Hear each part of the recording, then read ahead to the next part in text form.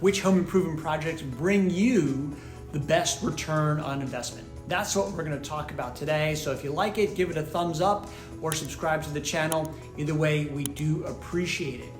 Now that we're rolling out of spring into summer, we are in the full-on buying and selling busiest time of real estate year. So in springtime, when it's cooler here in Southeast Louisiana, a lot of folks feel like, hey, I'm just gonna do some things to improve my house, whether you're selling or not. Some people say, hey, we are gonna sell this season, and what do we do to get the best bang for the buck? That's what I wanna share with you, some key points so you can make an intelligent decision for what's best for you. So key point number one is you do not have to rip everything out and put the best of everything back in. You're not gonna get the money back. And based in that also, think sizzle, not steak. Focus on those things that attract the eye, that people can see, buyers can see when they're walking into the house. Think of like, okay, if I ripped out my AC was middle age or older and I'm selling, different if you're staying in this instance. If I'm ripping out the AC and I put a great AC system in there, brand new, top of the line, dehumidifier, UV, bacteria killer, all that stuff, buyers are not gonna see that. It'll be discussed in a marketing, but it's hard to see. They're gonna think, well, why does it still have butcher block Formica countertops? That's what buyers are thinking. Why is the carpet still older? They're not gonna care about the AC until they get to the inspection. Here's the secret. If you've gotten to the inspection, you already have a pending sale and you can address that later on if necessary. And it won't cost you a whole new AC system as well. So think sizzle, what's eye-catching as opposed to the actual steak. One other thing to keep in mind, no partial projects. If you start a project, finish the project. No half-painted rooms, no mismatched paint on the walls. If you're changing the flooring, don't just rip it out and leave bare concrete underneath. That's gonna actually not give you more money, that's gonna subtract value from your home. Also, it's gonna disqualify some certain types of loans for those who are getting financing. FHA, VA, rural development, those are all federally backed programs and they're gonna require the house to be in a certain condition. Bare concrete is one of those conditions where it's ixnay on that type of loan. Keep that in mind as well. If you start something, finish it. On that note as well, they'll cover this in part 3. Thrifty is good, cheap is bad. More of that later. So we're in a house here in Mandeville that's actually for sale where these owners did a great job of getting bang for the buck. I want to show you 2 different types of renovations and how they're getting a return on investment on both. And keep in mind, when we say return on investment, $1 in is going to give me $2 or more out. So here, kitchen. This house was built in 1989, right? First thing to note, you have wood cabinets. These are not original to the house. They are newer, yet they are not what you find on remodeled or new homes on HGTV, right? You can see on the door frame, they have an older door style, yet they're clean. Actually, they're better than clean, they're immaculate. And you can see the hardware is stainless steel. That is a modern color, that's a modern thing.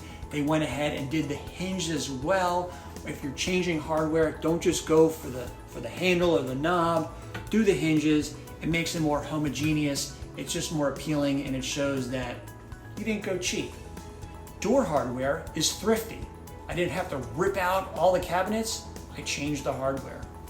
Appliances, right? If you have old white scuffed up appliances, you can buy a bulk package, microwave, range oven, dishwasher, save some money when you're buying all 3, and brand new appliances make an impact.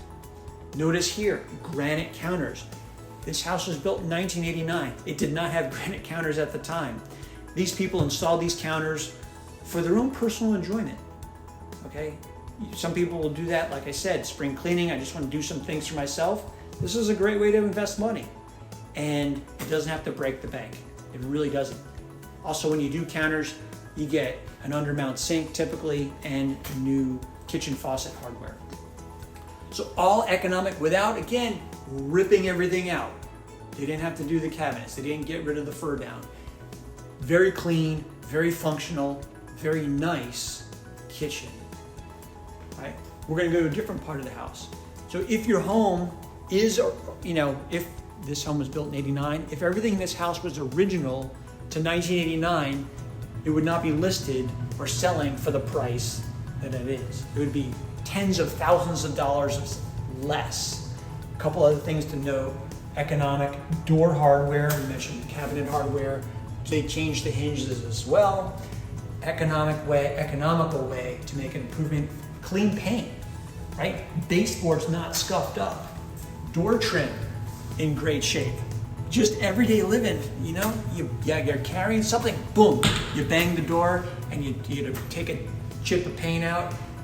That is economics in terms of staging, improvement, return on investment. And also having modern, clean colors like this room right here. All right, so if you have the bathroom from 1989 and you want to go all in and enjoy the bathroom as well, you could do something beautiful like this. This is a gorgeous remodel. In this instance, they did pull everything out and they're still gonna get return on investment. Here they changed the vanity. They went from 1 sink to 2, right? And again, undermount, stone counter, new toilet, new floor, and a gorgeous shower. Right? They did this again for their own use. This used to have a tub here.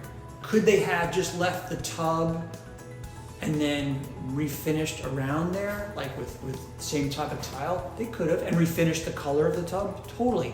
That would be a more economical way to do it if they wanted to sell it. Here, they did this for their own self, and then also to sell it in the future. So notice the beautiful glass, the tile, and even with this, we say top of the line, this does not have to be imported Italian, porcelain tile. This is a quality tile that is bought locally from wherever it's manufactured, USA. Just a really nice remodel. Same thing here in the closet. They didn't go California custom closet. All they simply did was get some custom wire type shelving and install that. Thoughtful, bang for the buck, as we say. Things that people see online and want to come to the house. Because again, it's the sizzle, not necessarily the steak. People believe what they see. So the third point on that being who's doing the work. And this comes back to what I was saying about being thrifty, not cheap. Right? Be smart with your money. If you're going to do the work yourself and you say, I'm going to paint the walls, be good at painting the walls. Don't make your kids paint the walls who are like 12 and 13. They don't really have the skills for it because the lines are going to be crooked. There'll be paint on the baseboards. It's going to look like kids did it. If you're going to do the work, do it right. If you're going to hire somebody, be very careful as to who you hire. Make sure you're getting referrals from friends, family members, people who have done business with the person they're referring more than once. There's plenty of people that we run across as agents that, they took my money. I paid them in full and they still have 10% of the work to do. Happens a lot, y'all. And so ask an agent, ask us. If you have a different agent, ask them.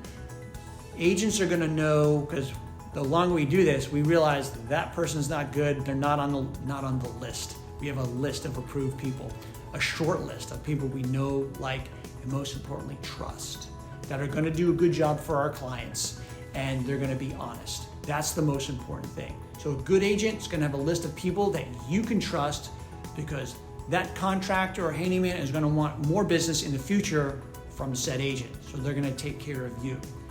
That can also be said for a handyman, or if you have family or friends that are in the real estate or contracting business, you can ask for referrals there. So those are the three main things I wanted to bring up.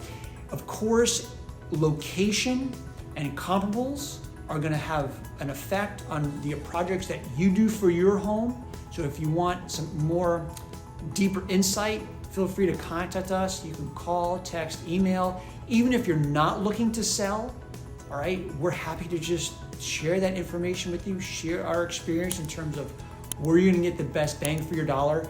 And of course, if you are looking to sell, we're happy to help you, walk you through that process of getting the home ready to sell as well. That's part of the service that we like to deliver.